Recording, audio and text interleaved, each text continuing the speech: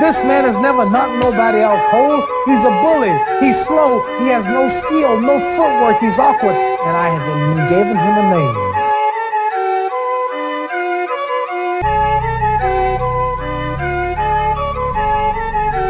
Because he fights. When he's fighting, if you ever watch him in the ring, he drags like that after his opponent.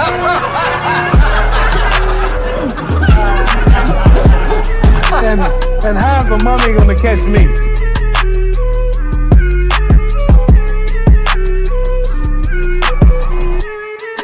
And all I had to do was to go out and beat a man who had no skill, no class. Seriously, the man had no skill. I don't know why the world is so foolish to believe in him and think that I wasn't going to win.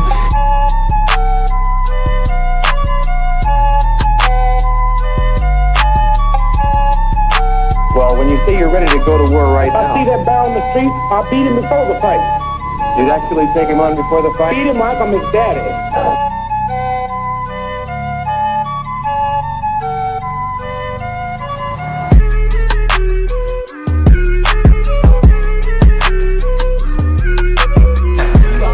Basketball players out there, football players, they want to beat so bad, they want to get everybody. I'll go to Mars, I don't care.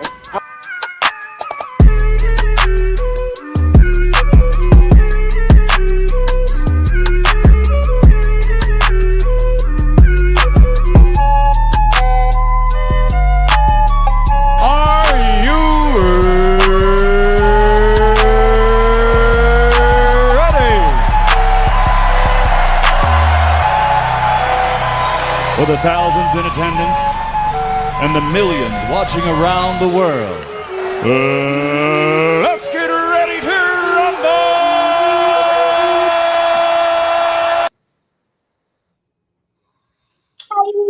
What up, guys? Welcome to another episode of Lights Out Debates, where we dare you to debate. And happy Saturday.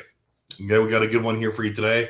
As you see, it's going to be another of our greater than series debates, right? So again, I have going to be myself and Dart, and we have today 1995 Hakeem Olajuwon versus 1977 Bill Walton, who had the greater playoff run.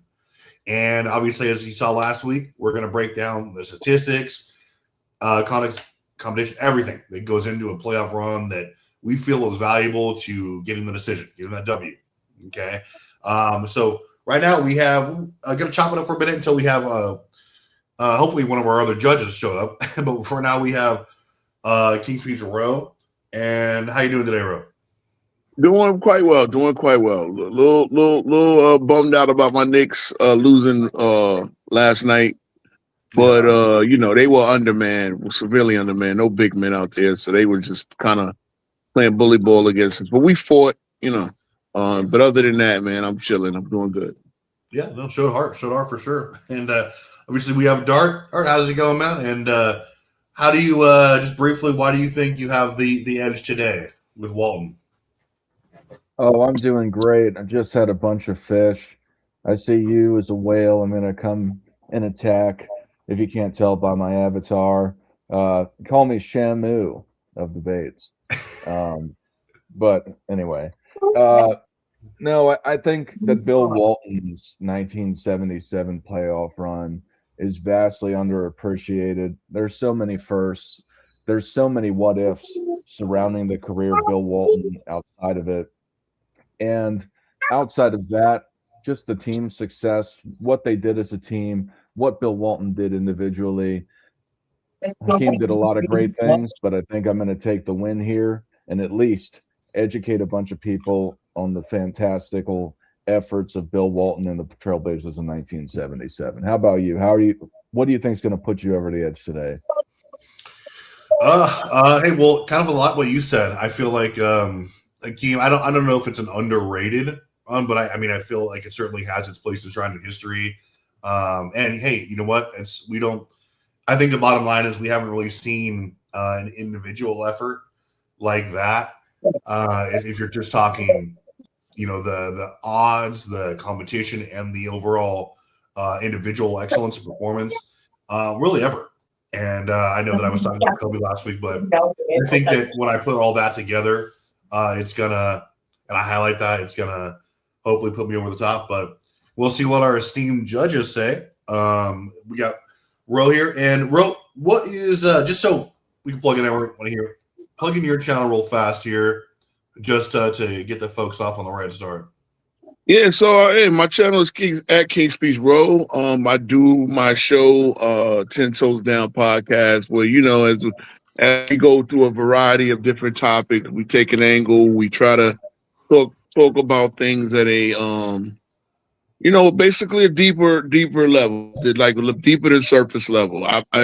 One thing I've been saying about the Lakers this year, how bad. I know they won last night. They got carried to another victory last night with a lot of free throws, I heard. But it's one of the things I've been kind of going in about from the off season, right? As you know, I went on my show. I went and I previewed every division round by round. I took every team, and it looks like most of the teams are on schedule. A couple of teams like those Clippers, they're coming on lately. So I wasn't wrong about the Clippers yet. You know what I'm saying? But yeah, we do a variety of subjects. We talk about the current league, we talk about historical things, and we just try to keep it in a good perspective. I'm look out on the channel. We're gonna be trying to do some other things. I'm gonna try to see if my man JB wants to get his little 30-minute shows where he can go on about his Lakers and things like that. Whatever. I want people to really kind of speak their mind, and I try to keep my show as interactive as possible. I invite people up early to come speak, and we have fun. We have fun. We're gonna do some great things in 2026. Awesome. Well, we were supposed to have like another judge over here, guys, but I mean, what I could say is I'm not showing them online, but I could run it by you, Dart. If you were down, or if there were not any objections, I mean, right now, I mean, just so we can hold on one second.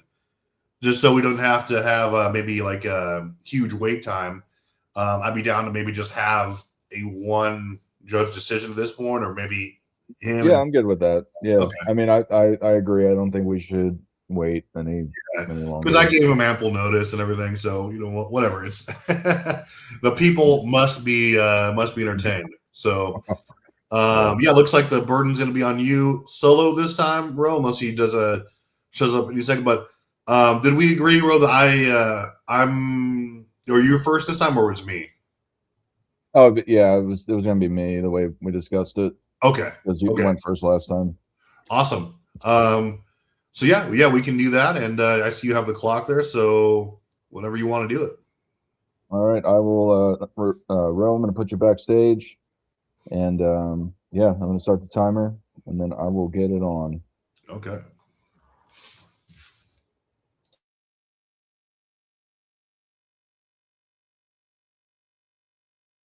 Three, two, one.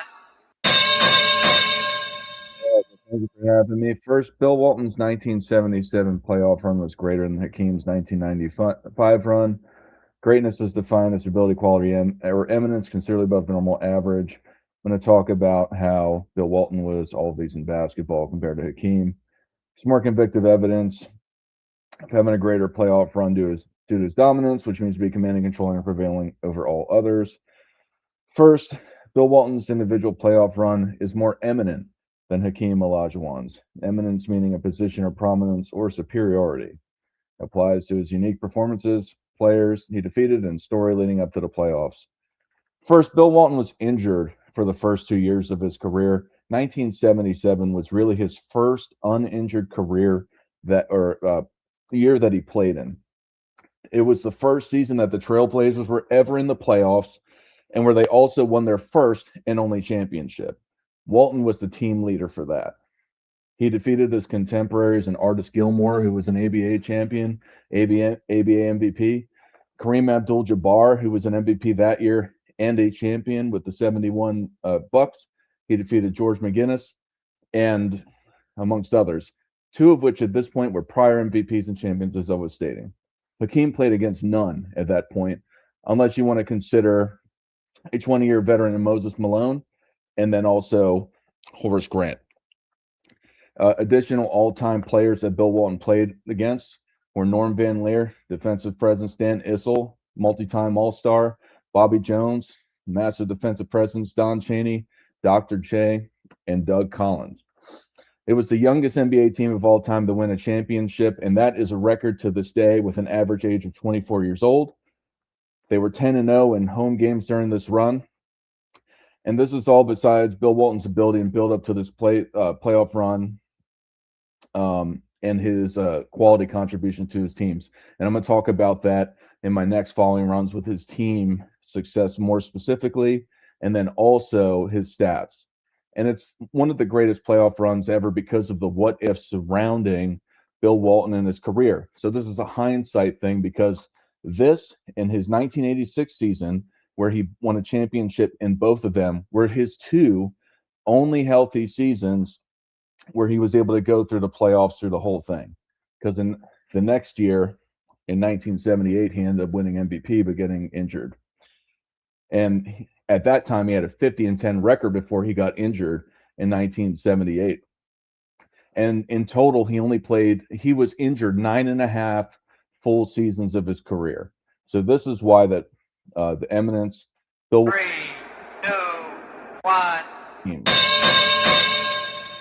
All right, guys. So again, without fail, like we're gonna cut it down a little here, but we're gonna go with Hakeem Olajuwon 1995 over Bill Walton in 1977 for a variety of reasons. And I'm glad that my opponent actually mentioned their head-to-head competition because that's actually one of the reasons why it's not close and in favor of Hakeem Olajuwon easily. Not only because of the name value and the defensive excellence of his competition, but also because of how one elevated versus a competition and one did not. Okay. Now, this isn't about nostalgia or era bias. It's about competition level, statistical elevation, team context, and most of all, individual responsibility. Walton had a deep, balanced roster with multiple double-digit scorers. Hakeem had streaker role players, an aging co-star who was basically traded midseason. No other 15-point per game scorer during the playoffs. Walton could afford to be third or even fourth scoring option in certain playoff games and entire series. Okay. Hakeem had to be first, second, third option every single night. Okay. While Walton maintained his regular season level, in many aspects, Hakeem raised his scoring, his efficiency, his usage, and his defensive prowess, all while facing a playoff gauntlet of MVPs, all NBA first team players, and 50-win teams. Okay. So we'll break that down. We'll go through it all. And we'll do it in a way that really paints a picture that you already know, honestly. So really, let's talk about the competition gauntlet, and we'll just do a service level evaluation. Then we'll deep dive in the later rounds, okay? Hakeem's run began with Karl Malone and John Stockton, one of the greatest, and this is in their absolute prime, okay? One of the greatest duos in NBA history. Malone was averaging 27 points a game. Stockton was leading the league in assists for the 9th straight year. Utah had one of the most efficient offenses in basketball. Hakeem had to also guard Karl Malone for huge stretches of that game. Hakeem dropped 35 points on 56% shooting. Okay. Charles Barkley and the Suns were next. Barkley was still elite, 23-11. Okay, they just had a fantastic season. They were up 2-0. Hakeem brought them back. We'll go into that. Multiple 40-point games. David Robinson, the actual league MVP at that time. Okay. Robinson averaged 27 points a game on 51% shooting during the regular season. Against Hakeem, he got held down to 29 or down to well below his regular season averages there with shooting nights of 29%, 35, 37%. Hakeem outplayed him and, again, held him down. Hakeem dropped 35, 12, and 5 with 4 blocks on the league MVP and former DPOY in his absolute prime as well. Then you had Shaq Penny. So we go through all this, right? All of this already is far greater competition, okay, than Bill Walton had. The only comparable guy Bill Walton had at that center position, the names I just mentioned, was Kareem Abdul-Jabbar, okay, the actual reigning MVP at that time, but he wildly outplayed Bill Walton, scored him by 11 more points, shot over 60% shooting. All right, so Artis Gilmore, former MVP and champion. You talked about Kareem. George McGinnis, also fantastic. Dan Issel. They don't compare. I think that's sensationalism. And there is close competition because this year was the first year of the ABA merger where they had an ABA draft to put the rest of the guys into the league. Arguably the most potent year of all time in the NBA. He didn't have to elevate his play individually as that because he was a team player. He was a leader. He was a defender first, like Bill Russell. He did outlet passes. I'm going to get more into that specifically. Now, Walton had 6 double-digit scorers on his team, and Hakeem had 5, so that's not a major difference. And one of the big things why that team was so great and they were so team-centric is that Walton had 7 new players on that team that year and a new coach, and the Rockets more or less had the same core players that they had the year before when they won the championship. But Walton was a better quality player and had a better quality run than Hakeem during this. Quality is the degree to which an object or entity satisfies a specific set of attributes or requirements. So first, the 77 Trailblazers had 2 more wins going into the playoffs versus the 95 Rockets. And they also got Clyde Drexler this year to add on. They traded Otis Thorpe for him, who Clyde Drexler, multiple MVP candidate, All-NBA recipient, and All-Star, widely considered the closest thing to Michael Jordan at the time. And like you said, he had 6 players in double digits, and that showed how great of a team player that he was in comparison to Hakeem. He didn't have to score as much because everyone else was scoring a ton, and he also was passing a ton. And I'm going to get more into specifics on that in the next round. Walton also played against similarly great teams, and they're in comparison to the net ratings. So, and that's the difference of how great they were against their contemporaries. So they both played around the 4th on average greatest teams at that time during their playoffs runs going into the playoffs. Most importantly, the 77 Blazers outperformed the 95 Rockets in their net rating in the playoffs with a plus 4.3 versus the Rockets plus 3, showcasing their dominance during that run. And then Walton also played against 350-win teams, the only 350-win teams in the league in comparison to Hakeem's 4. And there were more during that time where there were 5 because of the influx of more teams and the more amount of people that could play. And then also the biggest quality contributions is that he swept the Lakers 4-0 against the MVP in Kareem. And then he also came from a 2-0 comeback against the 76ers to go 4 straight, win the NBA championship. 2, 1. And again, this is just more evidence being given my way, guys. As you heard even admit, Bill Walton didn't have nearly as much responsibility as Hakeem Olajuwon. Not only did Hakeem Olajuwon have to be their best scorer and their best defender, their best rebounder, arguably their best facilitator in many of these games, many of these series, but he did it against a competition that was objectively better. Really, you guys like Caldwell Jones, George McGinnis, and Artis Gilmore weren't to the same level as prime Karl Malone, prime David Robinson, prime Shaquille O'Neal. That's not even going to be close. And obviously the prime guy that we did face and that he kind of danced over was, as I mentioned before, prime Kareem Abdul-Jabbar, who was basically carrying that team against a loaded Trailblazers team, wildly outplayed Bill Walton in points, rebounds, efficiency, especially efficiency. His numbers actually went way up versus Walton, right? A supposed defensive powerhouse. And again, the only reason he didn't win was because Walton had the far better team, a very deep team.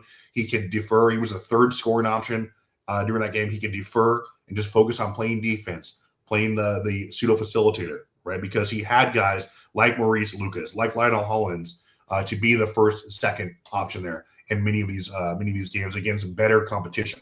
Okay, now Walton didn't rise to meet it. He just basically became that great team player. Okay, he wasn't out there carrying the team, as my opponent readily admitted. He was a great part of the engine, a cog, a Bill Russell type situation that, again, fit into that team makeup, and they did it beautifully. Okay, but it wasn't the excellent carry job by any stretch of the imagination that Hakeem pulled off. Hakeem was 32, 11, and 5. Every one of his stats went up, okay, especially in the NBA Finals. Okay, now we're talking about all of these versus Bill Walton's as well. Bill Walton's stat line from his regular season basically remained static. Okay, and I mean this is impressive. He still had good numbers, but they were nothing near Hakeem's. Okay, Hakeem didn't just, and we're talking about the NBA Finals, right? One of the greatest ever by any center. Again, he outplayed Shaq to the point of 32, 11, 5.5 assists, 2 blocks, and a steal. Elite efficiency. He outplayed him in every major category. And again, Hakeem did this once again by being the only elite scorer on that team. No other Rocket averaged more than 15 points a game in the playoffs. Every defensive scheme was built to stop him. Every double team aimed at him. Not his teammates scoring more than him. creating their own shots, again, breaking down the defense, closing out games. It was him. Every possession ran through. He still averaged 33 a night for an entire postseason. Okay. Now, we've talked about the competition. We're going to go through a little bit, round out in round 3, the context, why it's not even close, and we're going to sum it all up and basically talk about exactly what separated truly the rosters and everything else from their 3, competition. 2, 1. Well, I wanted to add that Walton had a higher blocks plus minus with 6 to 5.4 and win shares per 48 with 162 to 143 in comparison against each other. Walton had more responsibility than Hakeem. Walton was the best rebounder, blocker, and passer, similarly to what Hakeem did a lot. But what you're saying is sensationalism to say they didn't have more responsibility. They also had the same amount of opponents that had similar amount of rewards that year, which is all that matters because you only play who's in front of you. He didn't have to elevate his play because he dominated by being consistent across the regular season, and he transcended that into the playoffs, unlike Hakeem, who had to elevate all this stuff. But Walton didn't have to. And then and Bill Walton's teammates didn't create their own shots. They scored primarily through him when they didn't get off the break in the half court through his half court passing. But thank you for the debate, Travis, also known as my opponent. To start, Walton had greater ability than Hakeem up into and into their playoff runs. Walton came into the playoffs as the runner-up to the MVP, an All-Star, the All-NBA second team, All-NBA first team, the blocks champion, and total rebounds champion. This is the momentum he brought coming into the playoffs. Comparing that to Hakeem, he only achieved the 5th highest voting for MVP, 3rd for Defensive Player of the Year, an award that didn't exist for Walton at the time. And then he also was an All-Star and the All-NBA third team with no stat titles to show his dominance against his peers. For their playoff runs, Walton finished the playoffs leading in total rebounds, total assists, and total blocks, while in comparison, Hakeem only led in points and blocks. Both players had impressive playoff stats, with Walton's 18 rebounds per game, 18 points per game, 15 rebounds, 5.5 assists, 3.5 blocks, and 1.1 steals versus Hakeem's 33 points per game, 10 rebounds per game, 4.5 assists per game, almost 3 blocks per game, and 1.2 steals per game. So Walton outperformed Hakeem in 3 out of the 5 major stat categories heads up. This was all done as a fast break team where Walton played the defender, rebounder, outlet passer, and was team focused. And when Walton did get into the half court, he did all this passing. So he wasn't up there scoring as much as these other guys because he was also getting the rebounding and passing into the fast break. That was the bread and butter of the Trailblazers, and they kept that consistently throughout the regular season into the playoffs. Additionally, the team was famous for its cutters in the half court and was stated by Jack Ramsey, their coach, to potentially have the most layups made ever during the playoffs because they constantly were doing backdoor cuts. They were doing these passes over each other's head. Just fantastic, especially within the less spacing of that time. Walton also had a... 1.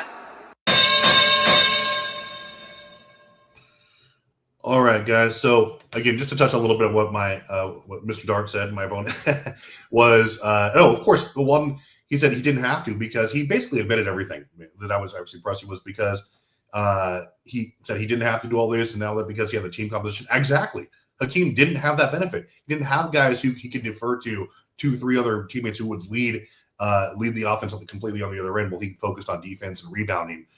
Which he had to do. He did that anyway, right? Walton could focus on rebounding, passing, and help defense because he had guys like Maurice Lucas and Lionel Hollins to carry the scoring load. He wasn't being doubled. He wasn't being blitzed. He wasn't being fronted. He wasn't being triple teamed. Hakeem was every single night, and he still put up historic numbers. He talked about how he had to put up raise his game across the playoffs. Of course, that's what champions do.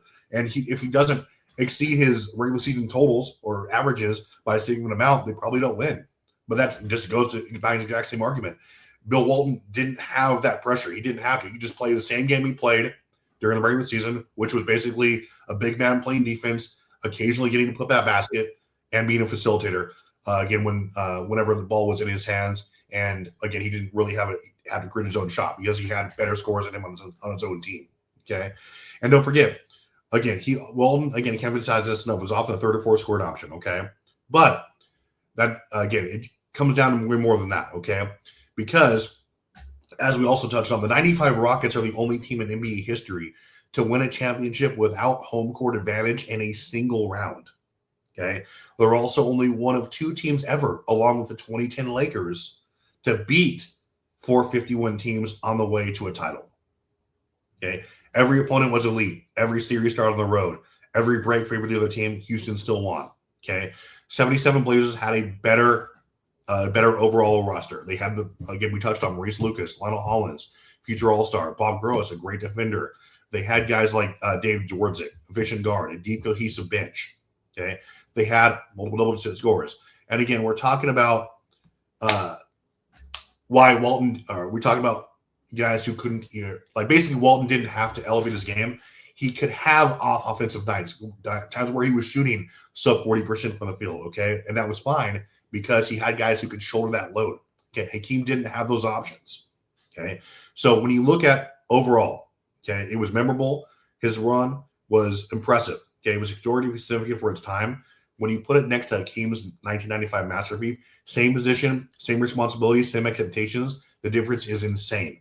Okay, Hakeem didn't play great basketball. He authored one of the most dominant postseason runs the sport has ever seen. He went through harder competition. He did so shouldering the offensive and defensive load. And Will Walton didn't have to do it.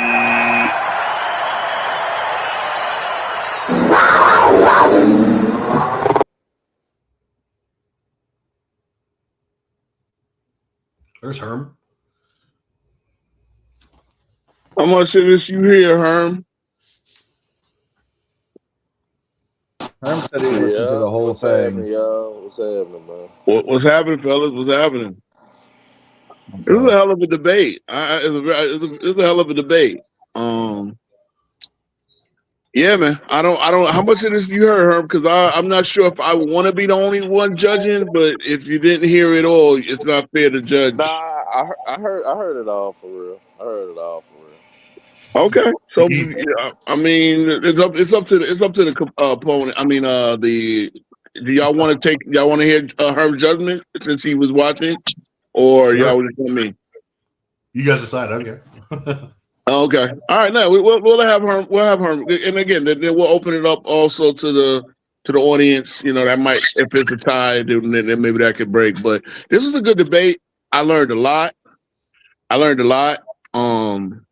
Yeah, I mean, how do you guys feel you did?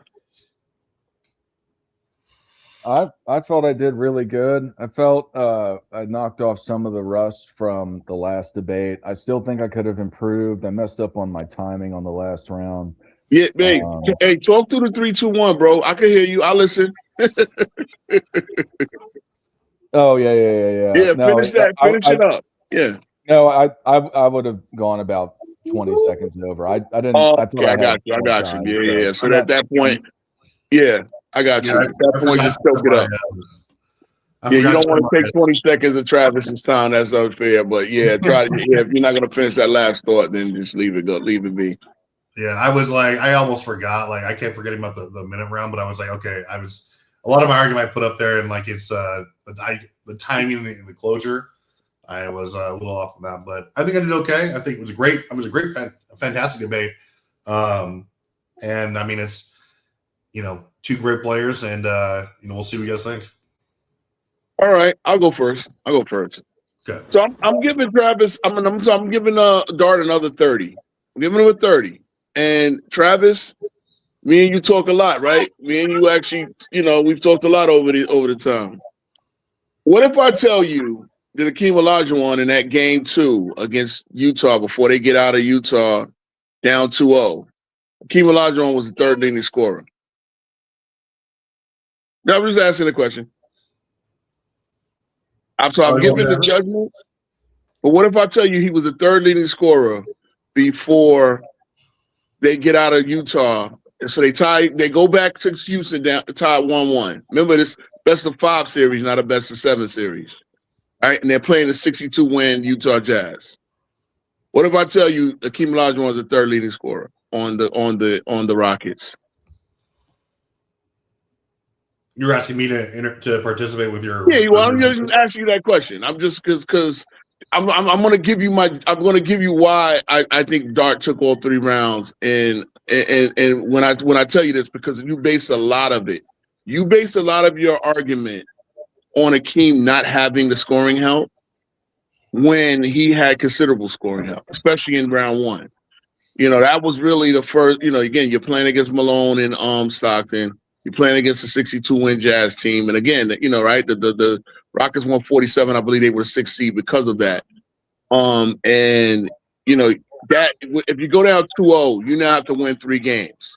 But Hakeem Olajuwon was a 3rd leading scorer, and you based a lot of it. I think I didn't get, and you know me, I love teams.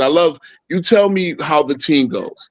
So as you're bringing up that Hakeem Olajuwon had to shoulder the scoring load, he did have considerable scoring help.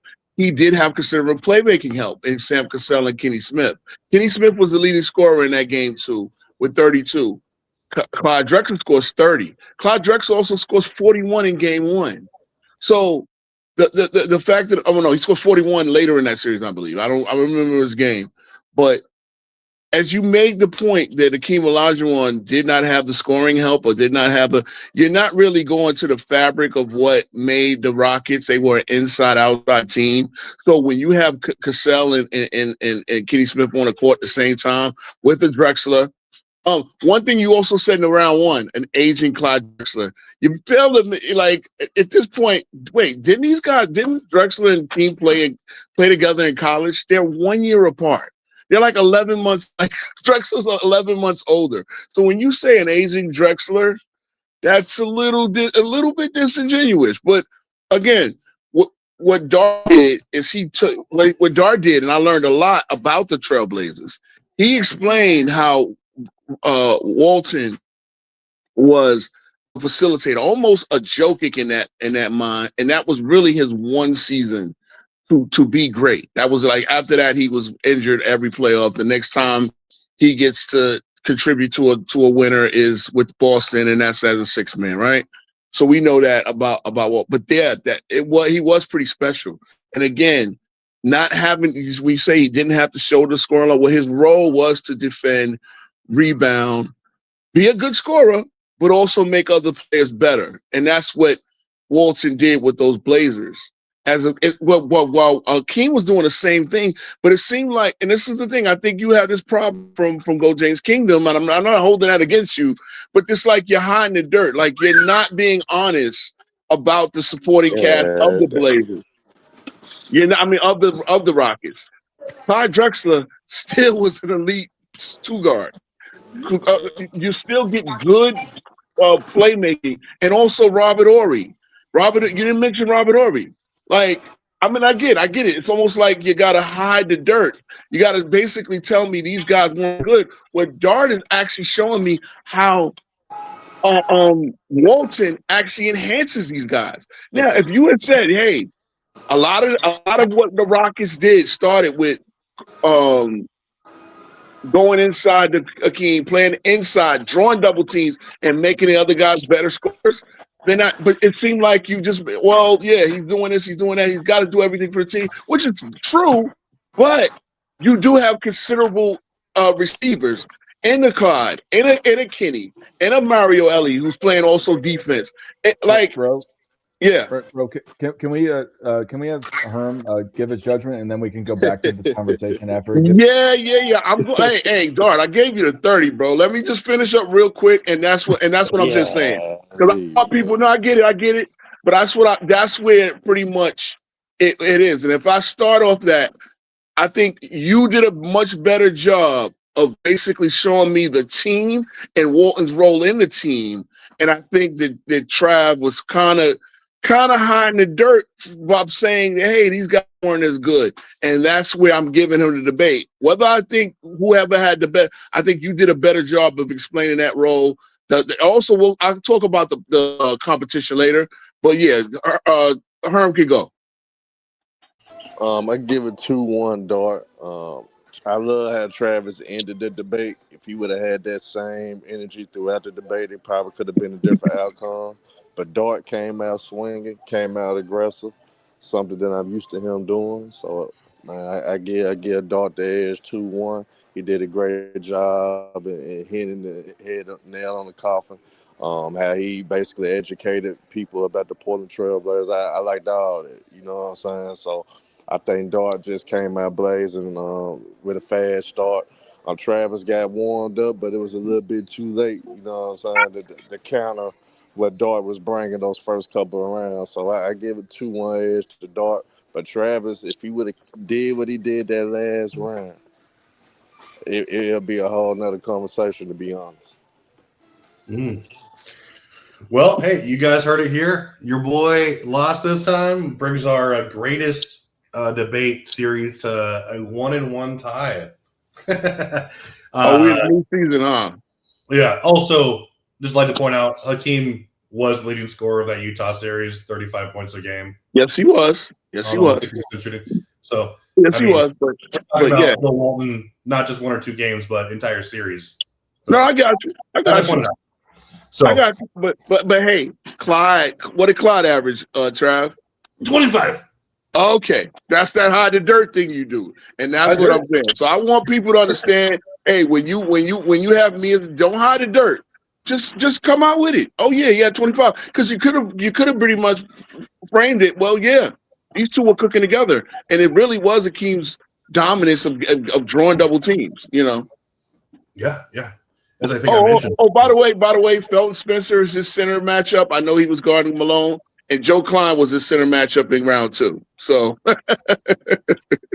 Yeah, well, I mean, Hakeem also guarded like all of these guys as well. Yeah, I get that, but it is a little bit more of the hide the dirt. Yeah, he can play off and guard Barkley a little bit more because he's got to worry about Joe Klein and not Maurice Lucas. So I mean, not Hakeem and you're telling me that Artis Gilmore wasn't considerable competition when you got Joe Klein and Felton Spencer in the first 2 rounds.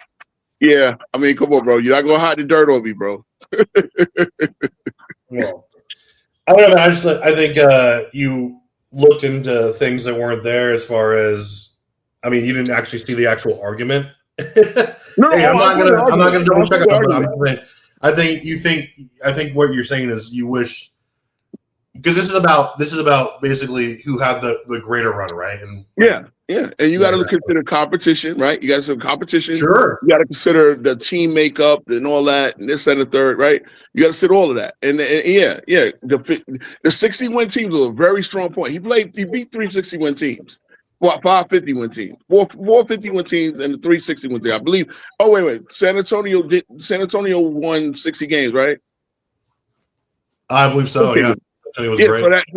Orlando only won 59 or something like that. Well, either way, like it's still considerable. Like, I mean, Shaq and Penny, right? So that is great.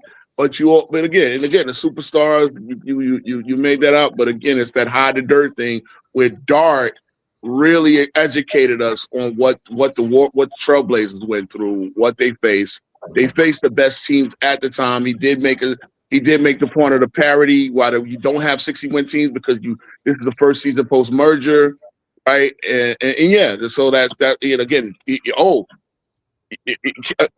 hey, beating Dr. J in the finals, yeah, that's another superstar. You know what I'm saying? Like you basically said, like acted like Kareem was the only megastar. Yeah, and he swept Kareem. And he dunked and he swept him. And he swept him. Yeah, I know you talk about the numbers. An MVP type series against him directly head to head. Yeah, I mean, Bill Walton 18-9-5 with the blocks in the finals. I mean, 18-19-5 with the blocks. Yeah, that was the Bill Walton song right there, man. And he did. Yep. He did It's like Bill Walton is like a Joel Embiid. I'm not saying he's Joel Embiid, but when it comes to the injury problems, but yet he got that finals run in there, and that's a great. That's why he's revered the way he is. So I learned a lot about Walton today.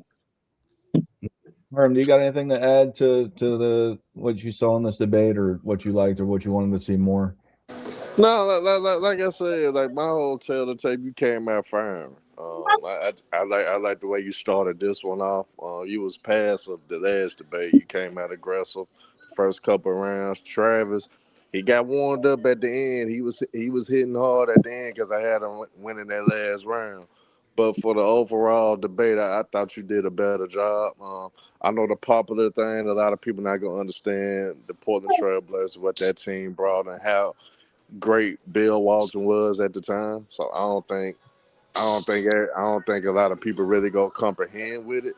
So a lot of people still may choose Travis, but just our understanding Bill Walton's legacy, what the Trailblazer was in the '70s, and what he brought to the table, man. Yeah, I gave it to you. But Travis, if he would have did what he did in that last round, instead of that last round throughout the debate for at least another round, he would have got it in my opinion.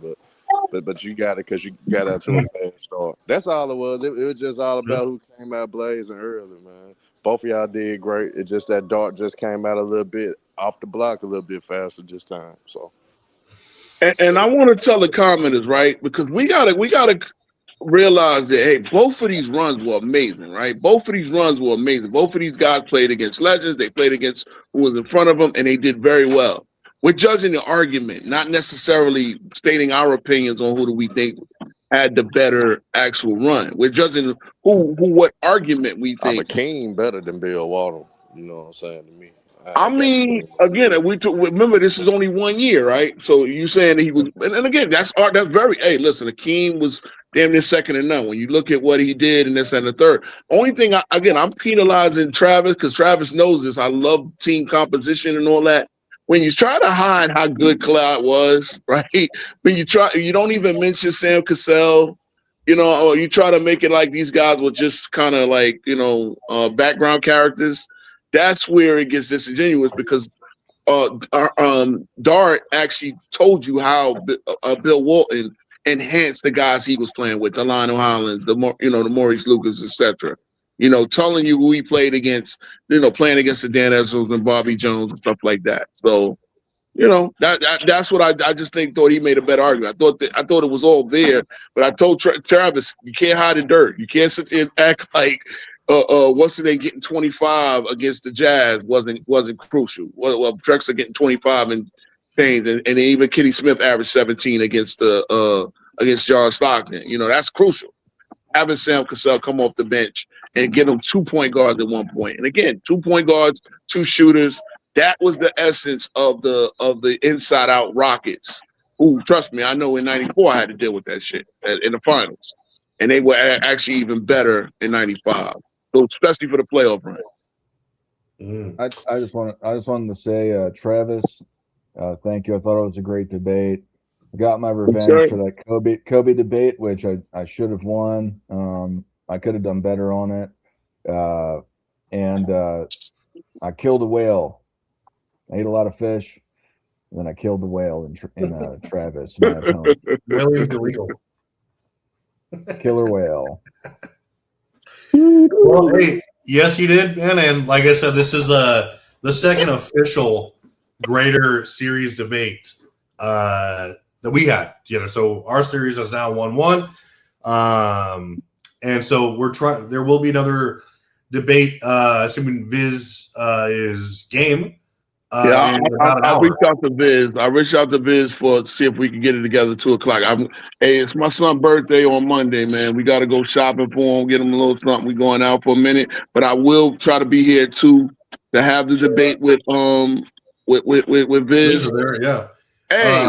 Hey, now remember the debate we did 91? The 91 Lakers versus the 01 Blazers. I mean, not Spurs. I want to try to do that again, right? I know it was difficult to judge.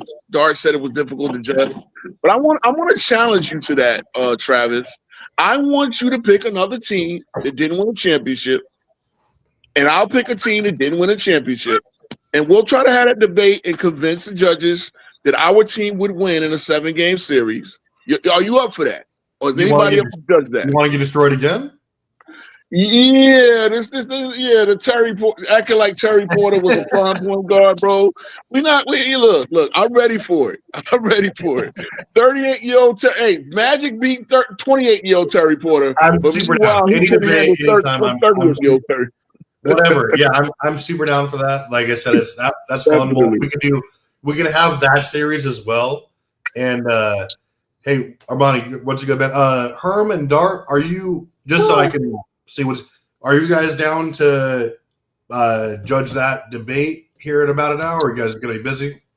Yeah, I'm good. Even though I know Viz and the other guy that called me out last week, they scared of me though. They're scared of that Tim Duncan smoke. But that's a conversation for another day, man. Hey, I'm gonna have the Tim Duncan smoke today, man. Listen. I ain't even really. Man, I've been preparing. Because this is really kind of an opinion thing. I'll look at a couple of key facts and all of that. But yeah, I'm ready for the Tim Duncan smoke. Again, top 10.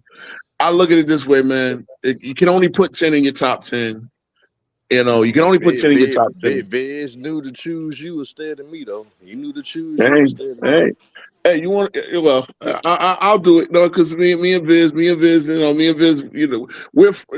friendlies that need to finally get in the ring and spar. So that's what it. Me and Viz, we rock, but we got to get in there and spar. Sometimes you got to spar with your friends. You know what I'm saying? No, absolutely. If Viz is here, bro, do you want to just do it now? If he's ready, I'm ready. Oh yeah. He's ready, I'm ready. Because I do. It would be easier for me to do this debate and then go get ready afterwards. Mikey is sure, in the background. There's a link, man. Are you down? Come on up. Hey, we got the judges here and everything. So he got we got him the link. We'll see if he's ready. Yeah, can you drop the link on your straight channel? off the dome. On your channel. Yeah. And because we're already streaming on both channels. So if y'all want to just combine this, we can do it. So let's see what Viz got to say when he come up. If ready, I'm ready. Yeah. Can you drop it? Can you drop the link on your channel because he's on your channel? Sure. That's probably what it is. All right, cool. Man, that's a disappointing one. I had more confidence going in there with that one than the Kobe one, honestly. I really this one I had to work. I feel like I had to work harder for the Jokic one. I really didn't. I think I for one was rusty, and two I didn't bring home a lot of these things. So anyway, Viz is here. What's good, bro? You working, man? Are you ready to debate? I came back. This is a different format, so I'm a step in the ring at Herm. The reason why I had this issue with Roe before I even knew about your stance on Tim Duncan, so I'm just going at it in order. That's all, brother. Ain't nobody. Yeah. This ain't my realm. I could debate, but this ain't really my realm. But we want to see how I do. So I'm ready. All right, bro. I'm ready. Scottie Pippen in the 90s. I'm gonna get my FYF on right now with my debate style. Oh man. Well, hey, can we do this? All right, can we do this 2-minute rounds, 3 2-minute rounds? That's fine. I think 2 minutes is what we ain't got to be that verbose about it. And so if we do the 3 2-minute rounds, that'd be great. That'll work for me time wise. Yeah, I'm on the road as y'all guys see. That's fine with me. So yeah. I guess I'm proving that I'm making my claim why Tim Duncan is a top 10 player, and I guess Ro going to tell me why he isn't, or make his case on why he isn't. Hey, Ro, if you want to set that up, Dart, put us in the judges slots, and these guys just up there. Oh, so we got 3 judges for it too. It should be easy, bro. It should be easy work, man. It should. Actually, we'll see what my audience thinks. It's all about making my argument, brother. It's all how you put it together, brother. That's all. It should be easy. Y'all guys are the debaters, so it should be easy work. Hey, Viz, are you good to debate right now? So we're gonna debate right now, and we want to do 3 2-minute rounds. Let's figure out who's going first. You want to go first, or I'll go first? Yeah, I can set it off. Okay, so Viz will set it off. Yeah, I can set it off. So Ed Carey, this is Viz right here. You ask in the comments who's Viz. That's Viz. Yeah, I set it off. Hold on, because you know these guys love me. So let me hold on. Let me switch my screen so these guys You know, these guys love to look at me and make fun of, so they get the profile pic or whatnot. Okay, for you guys, just to let you know, so the timer is going to have a 10-second primer viz. So it'll be 10 seconds, and then you'll hear a bell, and then that's when you'll begin. And then you'll hear another bell when the transition happens. If you start going over your timer, you can talk through the bell, but once you get past the bell, if you keep talking, I will mute you, and then it goes both ways for this. So all right, I got bias ass Herm on one of the judges. No, I'm ready to rock though. Let's get it. All right, I'm gonna drop off. If you guys are ready, I'm gonna start the 10-second primer. You'll hear the bell, and then the debate will begin.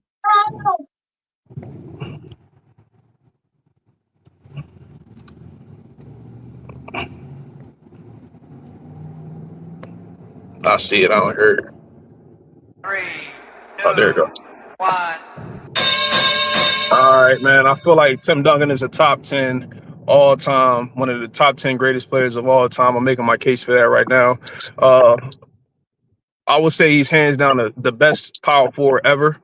Longevity, individual accolades, he got it. Stats, he has it too. He was able to transcend his game in 3 different decades. One of the most. Oh, hold on, I got an echo.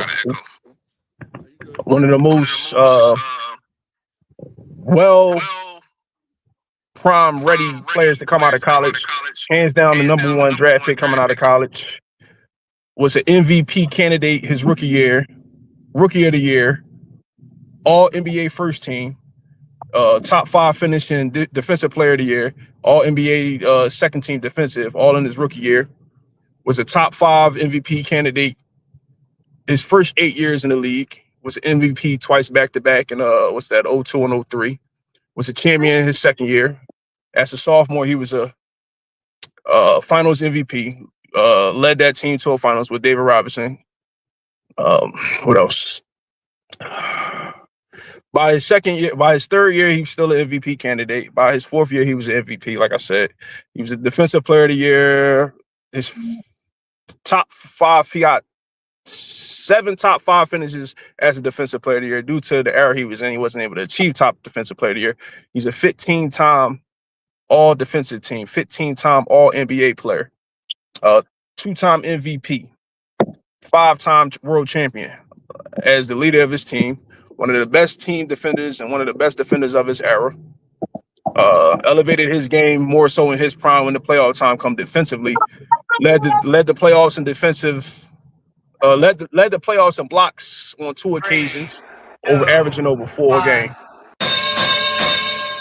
So I'm gonna start with the fact that I don't never believe that Tim Duncan was the best player in the league. I don't believe at any point he was the best player in the league. I think in 03 and 04 he might have had an argument for being one of the best players, but not the best. And that's pretty much when it comes to my goal criteria. When you talk about the greatest players of all time, you're talking about the greatest players for 80 years of basketball, not the part that you've seen. If you're 30, if you're 35, if you're 40, you're talking about the greatest players of all time. That's what GOAT literally stands for. That means you have to judge from 1946, the first year of the Basketball Association of America and National Basketball League, and until they merged until now. Tim Duncan was 13th on my list. The 12 players I have, I start off with Michael Jordan, a lot of people's consistent GOAT. Will Chamberlain, statistical dominance. Bill Russell, winning team player dominance. 5-time MVP himself. Hakeem Olajuwon, that's my number 10. I know I'm going out of order. Kareem Abdul-Jabbar, 6 championships, 5 MVPs. I mean, these are all players that were greater than Duncan. That's 5. I got the 6th guy, Magic Johnson, another one, 3-time MVP, all-time leading assist when he retired. Went to 9 finals, 5 championships in 12 years, not 20, 5 championships in 12 years. Oh yeah, he was a finals MVP as a rookie. He was the #1 pick as well. That's what my opponent pointed out. Also have Larry Bird, Kobe Bryant, Shaquille O'Neal, and LeBron James. Three of his contemporaries who arguably were just better players. One MVP. I feel like Tim Duncan is a top 10 all-time player due to the fact that when you talk about basketball, you play basketball to win. Sometimes you can be the man. Sometimes when you pass your prime, you can still be the man and affect the game in other different ways. Tim Duncan was able to have relevance in 3 different decades. As a young rookie, he was going up against elites, one of the last few years of the elite bigs, and he was able to overachieve and become a champion and even get MVP votes, as I said, in his rookie years. In the mid 2000s, he was going up against some of the best guard play ever. Still was able to adjust his game. Still was able to lead his team defensively. If it wasn't doing it offensively, he was doing it defensively. Elevated his team. Even when Bruce Bowen passed, he still was the anchor of that team's defense with multiple top 5 rated defensive teams throughout the decade of the 2000s, and even later in his career, in the early to mid 2010s, he was still able to lead his team to championships. He was able to adjust his game. One of the more, like they say, Kevin Durant able to adjust his game. You could put him on anywhere. Yeah, Kevin Durant did do that, but with Tim Duncan was one of the few guys that can adjust his game, sacrifice his numbers, sacrifice his overall game, adjust and help out in other areas and still be effective and still impact the game. Was an MVP candidate even his second to last year. He was able to still help his team win championships in 3 different decades. In the 2010s, even later in his career, he was able to help them win championships. And when you talk about why you played it for what? To win championships. And he was the ultimate player. And I feel like if you're able to impact in 3 different decades, there's no way you can't be top 10 all the time. And you got all the other accolades to go with that as well. I think my opponent needs to realize everything he just said about Duncan, everybody else in my top 10 did at one point or another. Jordan sacrificed individual scoring to play within the triangle system. Yeah, he still was leading the league in scoring, but instead of getting 38, he was getting 30, 31, 32, 33, 28 in the second three-peat. Like Magic, same thing. Everything, all those guys did everything Duncan did. Sacrificing, playing team ball, the whole 9. Kareem Abdul-Jabbar was a bit player in those last 2 championships, the back-to-back championship. The first team in 20 years to win back-to-back since the Celtics went back-to-back in the last 2 years of the Bill Russell era. Bill Russell was all about sacrifice. Wilt Chamberlain was scoring 30 points a game, 35 points a game. He took his scoring back and focused more on defense and facilitating to win his 2 championships. Everybody else did what Duncan did. They just were better players. They just were greater players. Again, Kobe, same thing. Kobe had to win with Shaq, right? Kobe sacrificed not scoring where he could score dominant. He could have been a dominant scorer against the Nets, but he knew that the matchup was at center. Shaq is being guarded by an old Mutombo and an old and a Tom McCullough and guys like that. Jason Collins. They sacrifice. So in the grand scheme of things, when you look at the overall resumes, again, like Duncan is the greatest power forward of all time. Only played half his career at power forward. Played half at center. If we judge him as a center, is he the top 5 center of all time? I don't think so. Well, my opponent already acknowledged Tim Duncan's the greatest power forward of all time, and just on the strength of that alone, who do you have in your top 10 that's not the greatest at? You have Dr. J in there. You have Larry Bird in your top 5. Not one of them got to be the greatest small forward of all time. I don't think you got LeBron in your top 10 or whatever. But if you do, whatever the case may be. Tim Duncan, as you said, is the greatest power forward of all time. Tim Duncan was able to adjust his game in 3 different decades: small ball era, the dead ball era, the 2000s, and even the open space in the 2010s. Tim Duncan was also able to pretty much be one of the greatest power forward and also be probably the greatest utility man in 3 different eras. Like I said, early in his career, dominant young man, dominant young guy, Mr. Fundamentals, can break you down, footwork, what you want, backboard shot, and he can probably take you off the dribble from 16 feet out. What you want him to do defensively. Later in his career, he still was able to be an impactful defensive player. Not the greatest on-ball defender, but a great team defender. Still getting you over 2 blocks a game later in his career. Like I said, still elevated his game defensively. Still was a glue guy. He became the glue guy later in his career.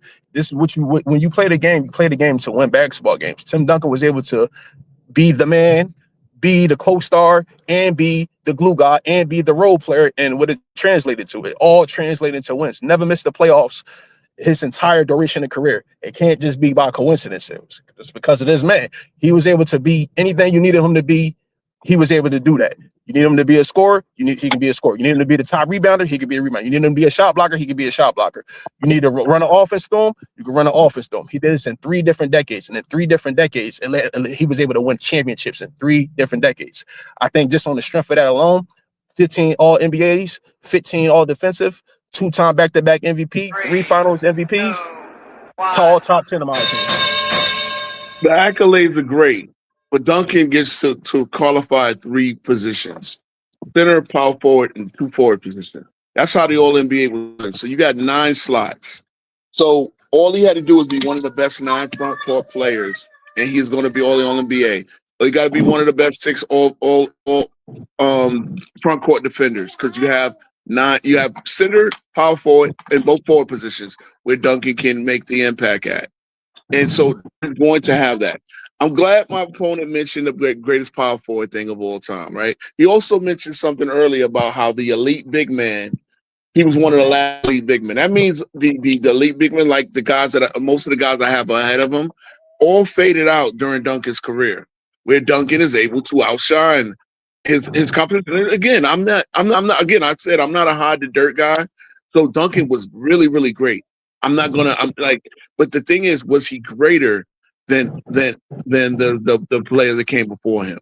He wasn't. He was not. If you had to judge him as center only, he's not a top 5 center. He's a top 5. He's the top 5 power forward. But just because he's the top power forward doesn't mean a power forward has to be in the top 10. Because before Duncan, how many power forwards were in the top 10 of all time? None.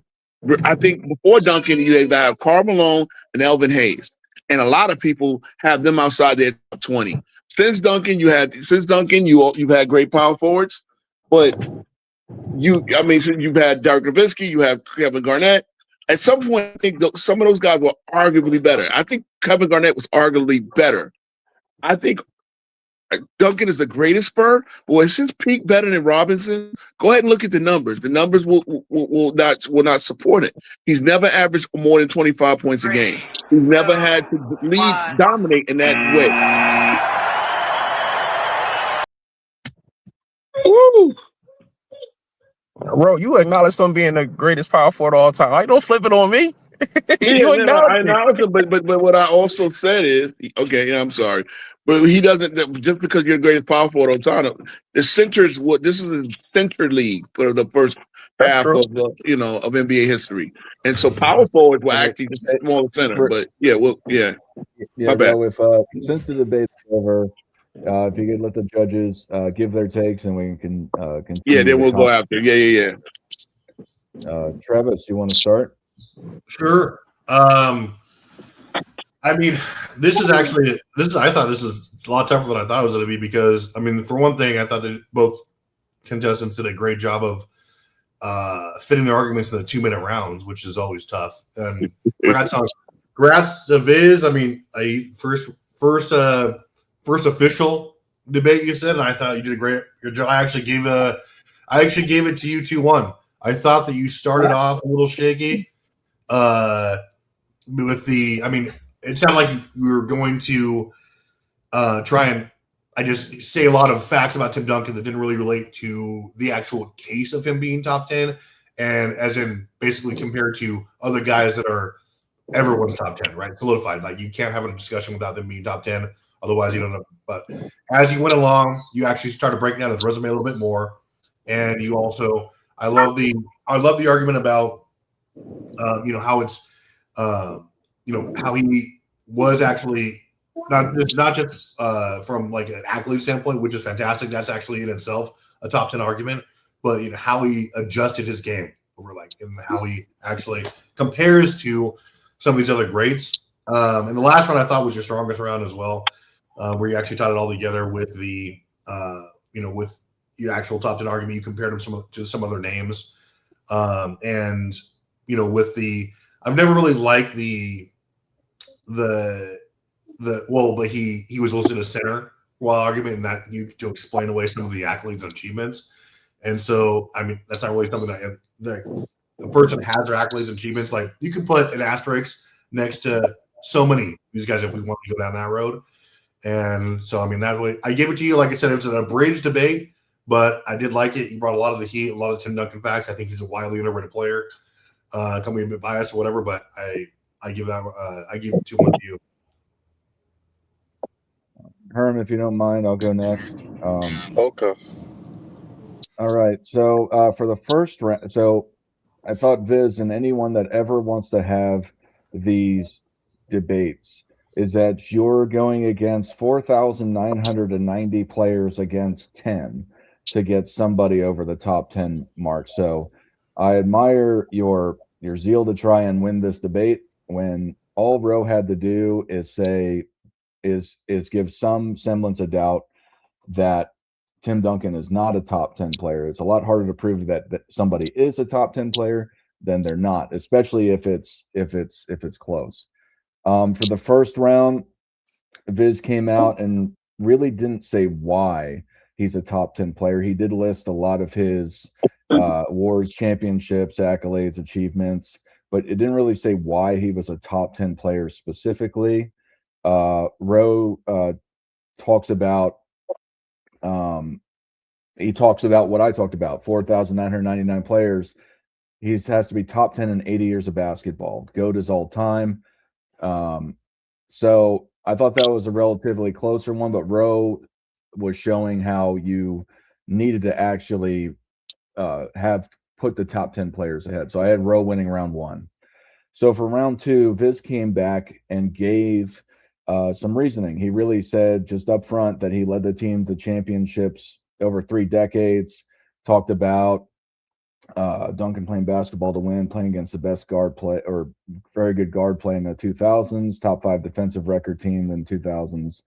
And then Roe said, and because you were also talking about sacrifice awards and all of that, Roe led off saying that all of the top 10 players did the same things, but you didn't omit the except the 3 decades thing. You didn't say, so I gave that one to Viz because I think it was a fault because you said everyone else did the same thing, but Viz specifically said he won in 3 different decades. He actually gave some reason why he's a top 10 player.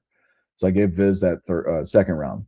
For the third round, Viz really was talking about the same kind of stuff and then talked about translated the wins. And then Roe came back with a rebuttal for a lot of these awards, talking about the All-NBA and All-Defense, how he could be slotted in 5 different areas. So I think that I gave that last one to Roe. So I had it be 2-1, Roe with the win. I thought it was relatively close. I think this is one of these, just like the what team is better with teams that didn't win a playoff run. For me, I find it hard to kind of judge these, but this one, I think you got to really bring it, and the other guy has to not bring it because one guy is arguing for 10 or to be better than 10 guys, and then the other guy is arguing to be better than 4,990. So I gave Roe the win, but I thought it was an entertaining debate. What are your thoughts? I think they both was slipping a little bit. Wasn't as convincing as they typically would be with their talking points. I seen them when they firmly believe in something, they be firm, they be direct, they be confident in what they're saying, and I think they both kind of slipped in that aspect. But the overall debate, it was real close. I actually got it as a tie. I think that I had Roe winning the first, I had Viz winning the second. That third round, to me either way. I thought they both had some faults. I thought they both left a lot of meat on the bone. So honestly, with me, I got it as a tie. To me, I don't think they. I think a lot. I think they both somewhat had some of the same similarities as far as that the debates could have that their debate and their talking points could have been better in the debate, in my opinion. So I actually got it as a tie. I don't think it is a clear cut definitive winner, in my opinion. It was very close. Could have went either way, especially in that third round. But I actually rate that third round as a tie though, because I didn't feel like neither one of them pulled away from one another, in my opinion. All right. I'm sorry. Yeah. Real fast, Ro. Just want to address Eternal Basketball Family. If you say that Eric Snow won 6th Man of the Year, and then you don't say, and that's what makes him a top 10 player over Tim Duncan or whatever the argument is, and then you just say Tim Duncan won awards, you saying Eric Snow because he won the 6th Man of the Year is a better argument because you're actually making an argument. So that's the whole point with that. Do I think Eric Snow is anywhere near Tim Duncan? Obviously not. But it's the point of it is you got to make an argument. You can't just list things. Anyway. Yeah, I know I get okay. We're in a post-debate discussion now. I know I get a lot of slack for bringing up the 9 positions that Duncan gets to qualify for, but it does give you an advantage when you're comparing it to guys who only qualified center. See, now the league is doing the front court, back court thing or whatever, or they're trying to take the best 4, like even in college All-America, right? They take the best 7 players regardless of position or something like that, right? So that's the difference. That's really the only point I'm making. And Duncan did have that advantage, being able to be a quote unquote center. And that's my argument, bro. That's my argument. He's a center who gets to qualify at a power forward position. So you're going against the center in basketball historically has been the superior player. That's why I have 5 centers in my top 10 and not Duncan. I have 5 centers, right? Hakeem, Wilt, Kareem, Bill, and Shaq. So centers have been pretty much half of the dominant players of the league. It was a Michael Jordan becoming the first shooting guard, right, to actually become a dominant player. There were no shooting guards who were top 10 before him, and then Kobe was the second shooting guard after him. You know what I mean? So historically, it's either a point guard or a center. And those were the dominant players. The players that played in between, they were good, like Elgin and all that. Jerry West was a point guard.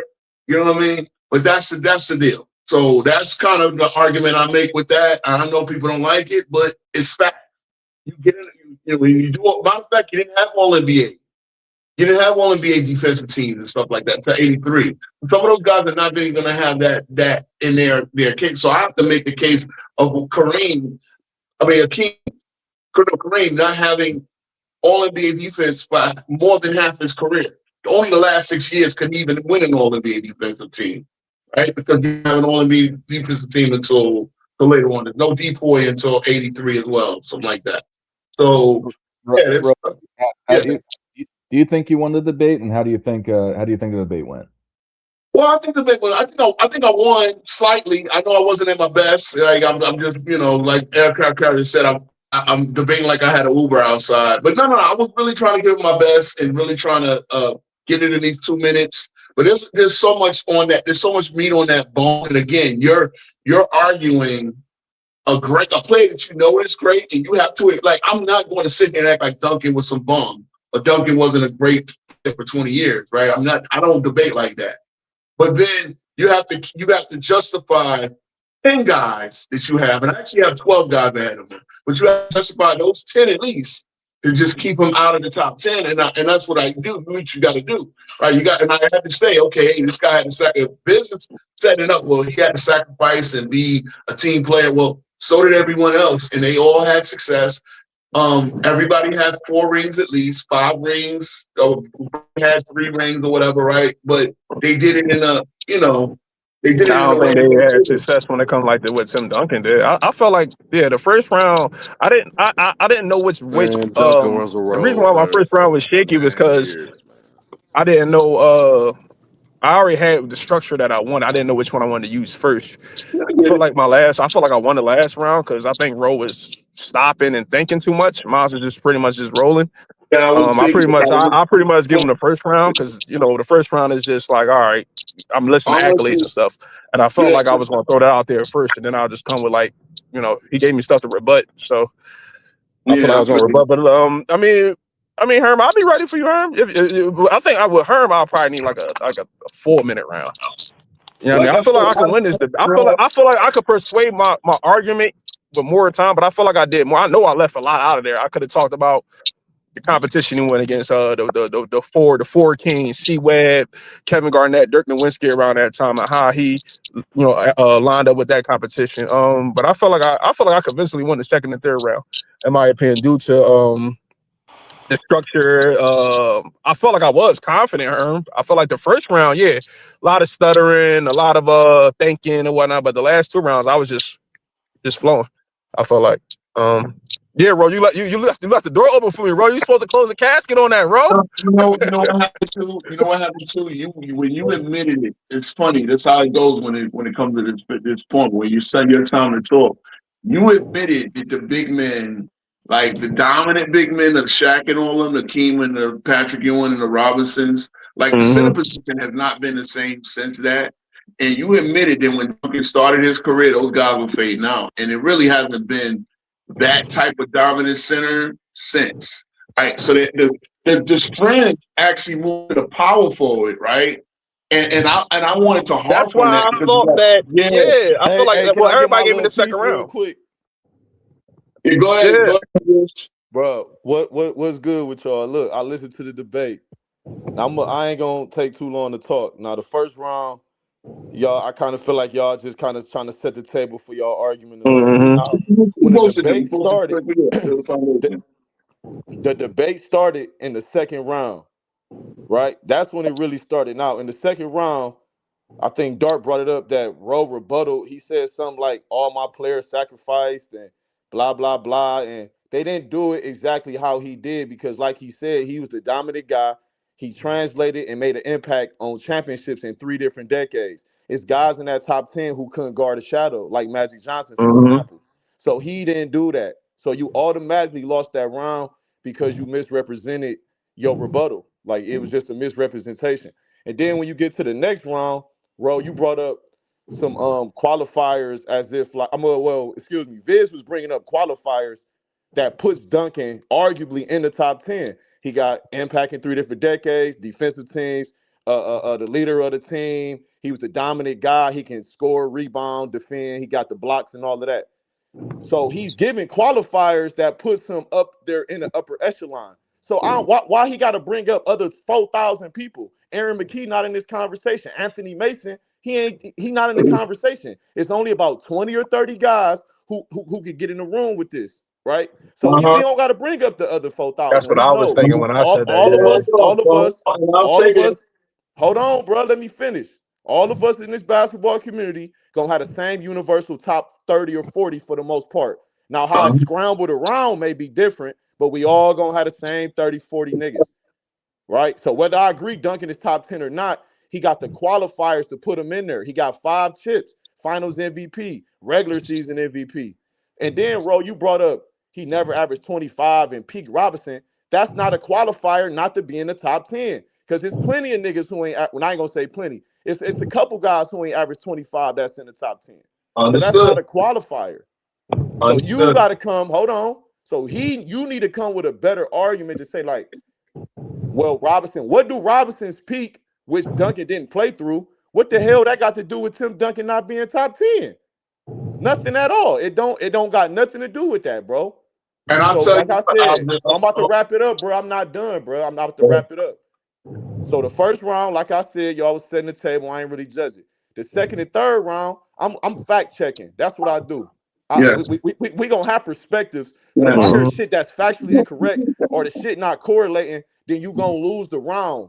Whether I'm judging the argument. This ain't about whether I think Tim Duncan top 10 or not. And this is the last thing I'm gonna say. I'm gonna wrap it up right here. It's not a knock that he's not a top 5 center. He's top 10 in 2 positions. So that's really a boost because everybody can't do that. You can argue a Jerry West is top 10 to two positions, maybe a James Harden, an Iverson, but it ain't too many people that played literally two positions for 8 years and damn near got a Hall of Fame career at two positions, bro. So that's not a knock to him. So I was like kind of thrown off, like you was trying to make knocks on him. That shit not really a knock, bro. It's not. So what happens is, and again, this is what happens with me in this top 10 thing, which is why I hate to do it, but I'll do it because I'm raw. I'm King Raw. I speak on what I speak on. You can tell me the Magic couldn't guard a traffic cone. He actually led the league in something defensively and statistically. Don't get that. And so like that, you know what I'm saying? You wind up with this having 10 one-on-one debates when I tell you the 10 guys. And that's the thing. And then you got to try to fit 10 one-on-one debates in 2-minute rounds. It's damn near impossible, right? So I get all of the That's things. why Like, I said he got the qualifiers. No, it ain't about it. player for player. He got the qualifiers. But again, like like, his name. It was plenty of different ways, bro. Magic got the qualifiers. You Bird got them. argued. As we know, Y'all stop talking over each other. Yeah, because I know we gotta be wherever their time. You wind up with so many different angles. Like you said, bro, there's 30 to 40 dudes that's really in this GOAT discussion. And No, I didn't say GOAT. No, I said that could be like in the top 10. You know what I mean? Consensus top 30, and at some point, I can make a case where Garnett is better. Garnett is Duncan. He's not ranked over Duncan, though. We all know that. Oh yeah, Garnett is Duncan, but he goes to the inferior organization. Where he goes to an organization where he doesn't have a first round. Nobody got KG ranked over Duncan on the greatness list. Pound That's for pound, rolling the ball out. Garnett more talented rolling the ball out. My argument for why KG is better. The greatness. He's not greater. He's not a greater player because he doesn't have the Switch. You got to talk. You got to talk in me. So I'm trying to explain my whole process of how I make these debates and why I got Duncan outside. Mind you, I don't have KG in the top 10 either. But that's what I'm saying. So this is what happens. It's like, okay, put it this way: the guys that were doing this at a higher level than us, right? Gil's Arena, right? And I'm not here to glaze them. But they do have a good platform. They sat there and tried to name the top 10 basketball IQs of all time, right? So they were going around the couch, right? Rashad, Kenyon, all of them, whoever was there, Brandon, I don't know, I forget who was there. But they wound up naming 30 niggas for 10. You get what I'm saying? So if you wind up, you don't have to name 4,000. That was my point that I made. No, I get it. But that's what okay, right? 4,000 is a different. It's only about 30 guys in this conversation. That was my point. This is my point. Switch. Please let me talk. I am though, but I made a point though. It was only you said 4,000, and I was saying it's only about 30 guys that's in the top 10. I did it, but that's what I'm saying, right? And so you talk about this IQ conversation that they had. They named 30 guys with a mixed highly IQ, right? Because it was Joker, right? They said Joker is the top 10 IQ, and they said name 10 guys. Them niggas wanted to name 30 guys. That, guess what? You were right. Like Draymond Green has an high IQ. Every guy they named was obviously a great high IQ, but the thing is, can you really say they top 10? You want to run 30 in the way you look, depending on the way you look at the game. You go through qualifiers. That's what I'm saying, though. But you wind up naming 30 guys for 10 spots. And somebody you got to keep out. And this is what happens in the GOAT debate. So why did y'all say 4,000? Okay, because 5,000 people play in the NBA. That's the point. If we all know basketball, everybody on here like 30 plus at least. And we all know it's going to be 20 to 30 guys, not 4,000. So why we got to waste time with all that rabbit hole shit? That's what Dark said, judging. Y'all both said that. No, switch it. So switch. All right. If you're making an argument, you have to go, like you said, you have to make qualifiers. If you just say he won All NBA, you have to say he did this better than 10 guys. And if you're going to put a qualifier up one-on-one and you don't have a qualifier, it doesn't have to be better. It has to be more so. There has to be some sort of criteria to it. Also, so we got to bring up Rodney. So Rodney Rogers is in the conversation just because he played in the league. Is that what you're saying? If you make an argument for it and you do a better argument versus Tim Duncan, then you're gonna win. No, you not, man. In a debate, yes. Nah, bro. Never said anything about 5,000. I said we have 80 years of basketball. 80 years of NBA basketball. So that means we all gonna have the same 30 guys in the universal top 10 for the most part, scrambled around some kind of way. Yes or no? What I said, Can everybody agree on that? Yes or no? Yeah, yes. All right then. There's a consensus top 30, right? But what I said, consensus is just gonna be scrambled around. We all gonna have the I same get kind of it. guys. No, but I'm saying there's a consensus meaning these 30 guys are in here. Like you might have an outlier that comes in somebody. Ain't nobody about to have Duncan outside no top 30, and ain't nobody about to have no Rodney Rogers in the top 30. So why we talking about Kenny Switch, bro. If you're gonna be like you can be critical and then you can't take account. No. You talking about critical? I'm just giving my input on the debate. No, I get it. I'm not offended at all. This is just opinions, brother. Well, like I'm talking basketball. What you mean? You're right. At the end of the day, but like I said, if we gonna sit there and say, right, like I said, the IQ conversation. When they started naming, I don't really care about them. They're on a platform that I get it.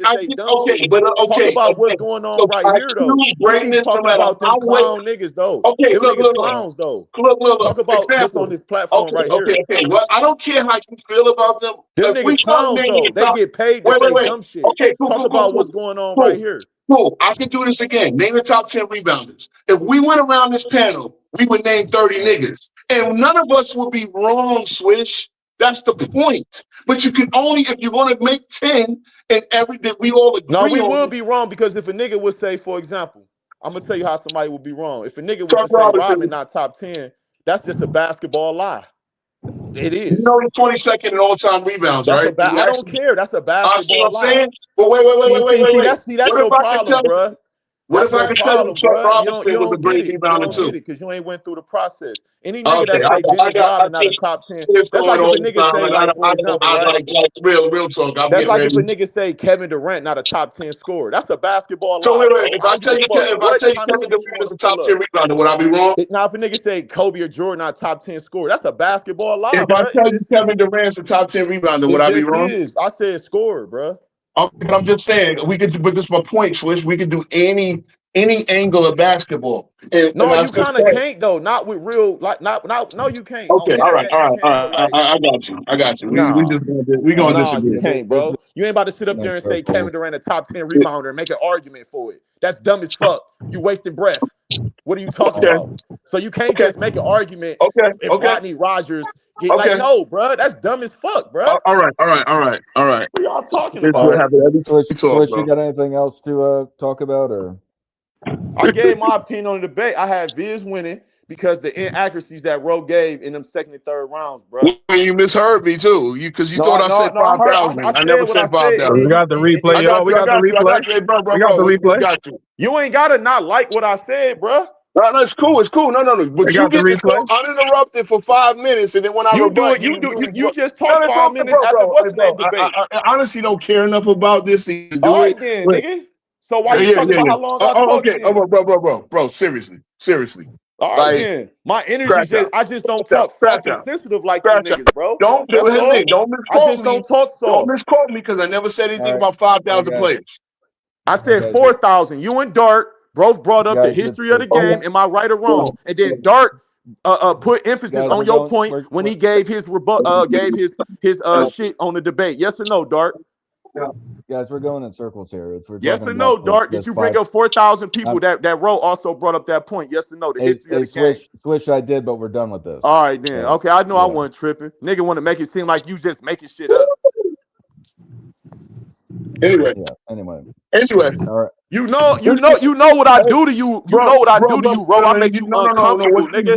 I make you uncomfortable, and then you play victim when I'm only talking basketball. I only talk basketball, and then y'all play victim. I make you uncomfortable. I get okay. No, you don't, bro. You don't make me uncomfortable. You try to dominate. I'm out of here, bro. I gave what I had to say on the debate. Guys, I don't want to do this with y'all platform, bro. You lied, bro. You know where mine is. You said them niggas sacrificed 3 different decades. You that was a lie. Come through. Man, welcome to come through. You play by rules. It's all good. Anyway. Irm, I know you were trying to say something. It's fun, bro. Well, you gotta take notes for me, man. I'm the ultimate Tim Duncan cooker. I guess I'm at the show Viz. You know how it is to go against somebody that truly knows how to cook Tim Duncan and put him on the grill. All So right, we I'm gonna make willing sure to Tim Duncan stay in that pack and not get cooked. That's all. I'm willing to He have gonna my stay debate frozen. discussion style because again, I don't like when people misquote me and mishear me. I said 80 years of basketball. That's Bro, the what we footage judge right the there, GOAT. bro. I'm gonna watch this all over and learn from it, and we Yeah, gonna, you know what I mean? and I think Okay, that man. was the thing. I think I didn't know I felt like I did good the last 2 rounds, but I feel like also just like a starter pack round was pretty cool. So I like how I structured it. Come out with the I facts one accept the round. draw. Yeah, I accept the draw, man. You know you my guy, Biz. You know again I Yeah, good debate, but spot for sure. Hell yeah. it ain't that crazy to me. Like I said, cats can't if they'll you know what you learn. Cats will hear what they wanted to hear, and they'll hear how you made them feel based on what you actually said. And again, you get misquoted, and then you try to, let me finish. And then I sit there and I really kind of explain where I was going with it to unpack it. Cats still can't hear it. It's all good. Like I said, if we take the 30 best passes, like if I brought that up, right, and we went around the panel, we would name 30 great passes because it's been 80 years. You think it's only been 10 good passers? You see what I'm saying? Y'all got this. Is what we got judges for. Some We would people look for name what they look 30. for. We would Trav name look what he 30 look for. guys Dart look what he between the look for. 5 of us, right? We would name 30 guys between the 5 of us, and we wouldn't really be. None of us will really be wrong. So that's the point. It's like you can, but then you have to actually narrow it down to 10. That's why having these discussions is very, very hard. You understand what I'm saying? Man, Dart and Herm threw your bone, man. They could have gave me that last round. That last round, I felt like was my strongest round.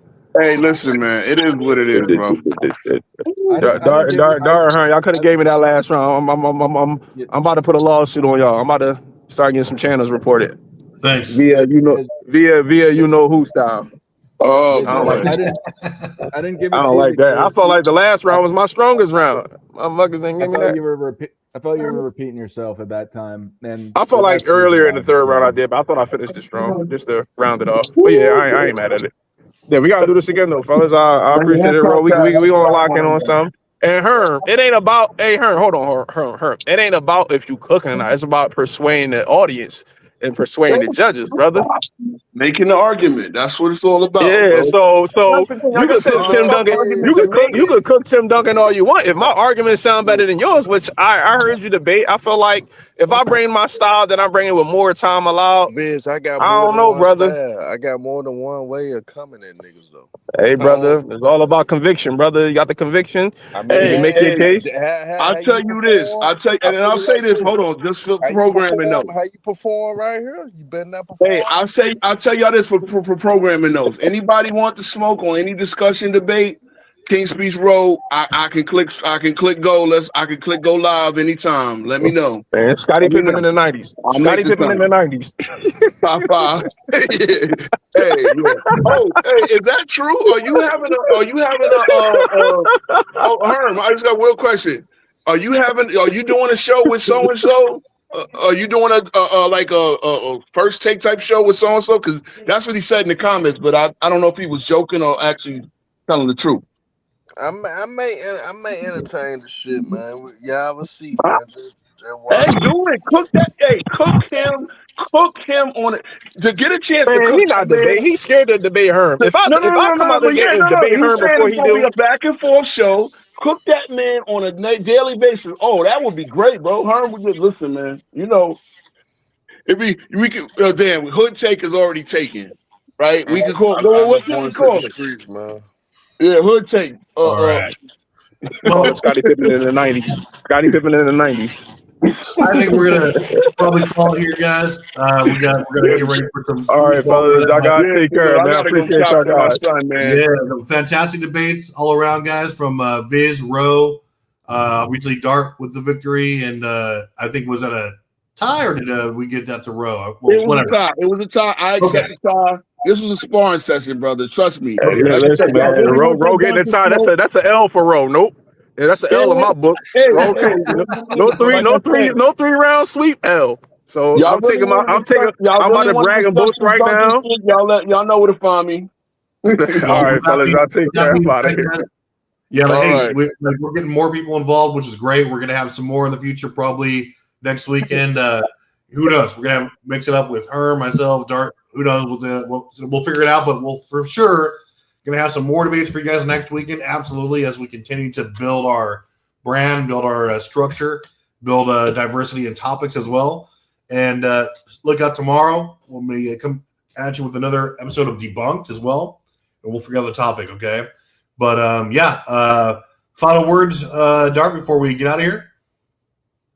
I'm just going to get bigger and bigger, meet a bunch of fish in the sea, get some great information, kill whales, dominate the landscape of the sea, of this basketball discourse, and do some tricks for the people. But thanks for the debate, Travis. I thought it was great. I felt like I knocked off some of that rust. I still feel like I have some on, but I feel like I performed a lot better in the first one. And yeah, I thought you did well as well. So thank you. Yeah, no, absolutely. And thank you, Herm, for judging. Yeah, Herm, thank you so much for judging. And obviously, we'll probably see you on the debate scene next week. Probably set that up. And otherwise, again, thank you everyone for joining us here for another episode of Lights Out Debates. And again, we dare all of you to debate. We really do. And we want all the smoke all the time, win, lose, or draw. Okay, so with that being said, everyone else have a fantastic Saturday. Go Seahawks, and we'll talk to you guys later.